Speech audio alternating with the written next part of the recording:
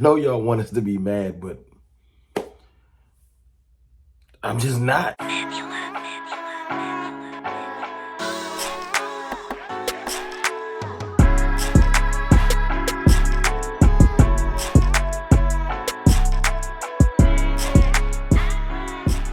What's good, people? It's your boy, Mr. Rome. Cowboys fan talk, right back like I never left. What's up with y'all, man? Happy Monday. How are y'all feeling? Not seriously, how are y'all feeling? I would love for you to put in the comments how you feeling after yesterday's game. What's going on with you? Before I go forward today, man, I appreciate y'all. We're like a little under 200 away. No, a little over 200 away. I think it's like 210 or something like that from 22,000. Please hit the subscribe button, hit the like button. I appreciate y'all trying to grow the channel. This last 1,000 been a struggle, and I'm just trying to get to that 22. But look, I appreciate y'all. Let's talk about this game. Let's talk about, the psyche of the fan base, the team, realistic expectations, et cetera, et cetera. But let's just touch on the game one more time. Let's talk about, first and foremost, Dak Prescott balled out yesterday. You know what I'm saying? I know everybody just don't, they're getting mad at him. He's been in the league so long. Why he didn't get it done and all this extra stuff. Look, Dak Prescott was one of the main reasons we was in that game yesterday. He made a bunch of plays with his legs, great throws. He had about 5 to 6 drops, if I'm not mistaken. Like, his stats could have been in the 400s if you just want to keep it real. Yes, he had a mistake stepping out of bounds. You see that in the thumbnail. It's a game of inches. He had Schoonmaker. Schoonmaker probably could have went a little bit more deep into the end zone. But as you can see, like, you know what I'm saying? It's some rules that I just don't understand. I really think that should have counted as a touchdown, but it kind of is what it is. Like I said, game of inches. And look, Dak Prescott missed Ferguson on a wide open, maybe not walk-in touchdown, but definitely would have gotten us close to the end zone. But it's one of those things where it ain't going to be perfect. Yesterday's game wasn't perfect. The Eagles won the game. Even trying to give it away, the penalties were crazy.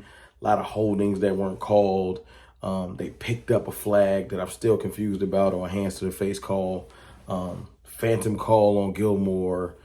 It's just, one of those things where sometimes it feels like the league wants certain outcomes, but you just got to power through it, because even with all that stuff, we had a chance to win. We didn't get it done.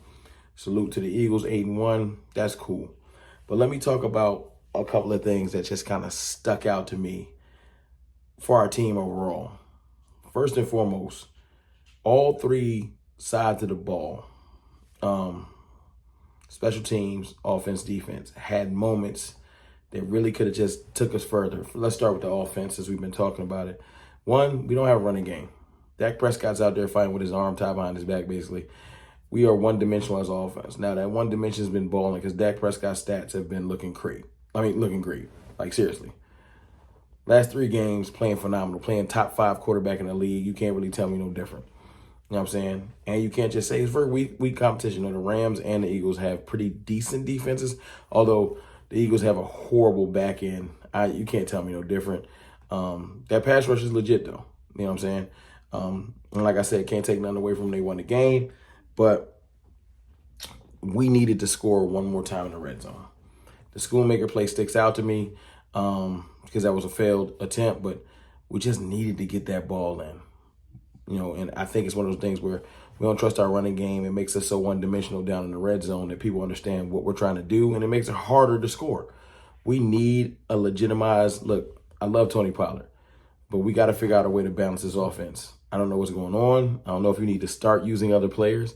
I don't know if the front office is starting to meddle, or what do you want to call it. But Lipke hasn't, it's not like we've seen failure from other players. We haven't even seen failure from Tony Pollard. We get down there and just don't run. This isn't like, okay, we got down there, we ran it 3 or 4 times and failed. They're not even trying. So I don't know if it's not going to work. I wish somebody can put up the percentage of times we actually attempted to run in the red zone, just period, this year, within the 10, just to see. Because I don't think we're even attempting it. And that's a confusing thing. But like I said, the offense needed to score. The defense, man, as much as we love the defense, Dan Quinn, I love Micah and all of our defenders, man, not good enough yesterday. We needed to get off the field one extra time, and preferably in the third quarter when the Eagles scored 14 unanswered points. We should have got them off the field once, at least a field goal. It would have changed the whole trajectory of the game. Now, it's easier said than done as a guy that's just talking on YouTube, but I'm just saying the defense needs to be better. Still one of our better defenses in the league, or one of the better defenses in the league, but I'm just saying we need to be better. Offensively, we should have scored one more time. Defensively, we should have kept them from scoring at least a touchdown once. It should have been a 10-point third quarter at bare minimum, not 14. And I'm thinking they should have held them to at least 7. You know, the Eagles did their thing and scored on our vaunted defense. So it's things to learn from that. You know what I'm saying? They gave up 28. That's not great. That's not great. Some people say that should be enough. Not if you got a great defense. Nah, I don't see 28 as like if you got a bend but don't break defense. We're supposed to be a defense that can hold down great offenses. It didn't look like it yesterday. So we got work to do. Even with all the holdings and stuff like that, because they was holding our pass rush a lot. But we got to find a way to beat that. I don't know what we got to do, but we got to find a way to beat it. And Aubrey, although you've been having an incredible year, man, that kick out of bounds, giving them great field, kick off all out of bounds, giving them great field position, not good. Just not good. That's a blunder that they ended up scoring on, and those are the type of things that hurt us. Every side of the ball for the Cowboys just had moments where it was like, we needed to be better. And that's with all the penalties. We still should have won that game. But like I said, man, I ain't in the business of making excuses or hating. Yesterday, I was so excited, you know what I'm saying, because I come away from that game, even though I can highlight the negatives, with such a positive thought process and outlook. I'm a glass half full type Cowboys fan, the stir of the Kool-Aid. I'm excited about the team. And quite frankly, I don't understand why that's a problem. You know, our rivals are upset because, you know, oh yeah, one more tidbit too. Can we give Tyler Smith some love? The Eagles drafted apparently a generational D tackle in Jalen Carter. And Tyler Smith held his own with him. I'm talking about held his own. Tyler Smith right now is playing the best left guard in the entire NFL. Let's give him some props. You know, just a couple statistical props before I move on to how I feel about our fan base. Tyler Smith balling, like playing like literally. Next gen is incredible. And CeeDee Lamb deserves love too. 2-3 weeks ago when A.J. Brown was on his full tear before we stopped the streak, a lot of fans are just kind of getting out on CeeDee again. And CeeDee Lamb is continuing to just be a top 5 receiver in this league. And you can't ask for much more than that on the offense. Like, seriously, he's had his bye. Some of these other receivers didn't. But he's already top 5. I would be curious to see what it looks like after this week. I feel like CeeDee Lamb might be top 3 in the league. Seriously. Balling. 191 yards yesterday. Like, deserves his kudos. But back to our fan base and other fan bases and why y'all so mad. Like, y'all just upset with the Cowboys, and I don't understand it. I don't. Why y'all mad we not upset? I'll say it again. Why are y'all mad that we're not upset? Especially if you won the game. You should be running your victory lap. Be excited.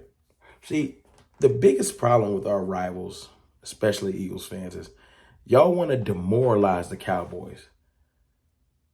But as great as y'all have been, y'all just can't. Now, the 49ers succeeded in that. That last game was demoralizing, humbling.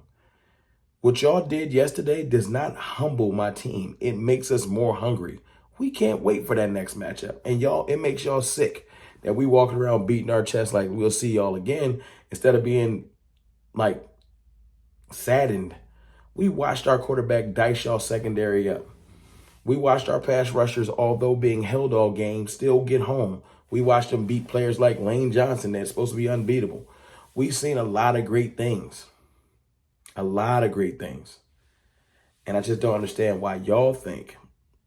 Like, I seen Jake Ferguson emerge as a tight end, like balling. Like, it's so many good things that come from this game that I'm not happy we lost. But as Colin Cowherd said it earlier, that was probably the best good win, a good loss you can have all year.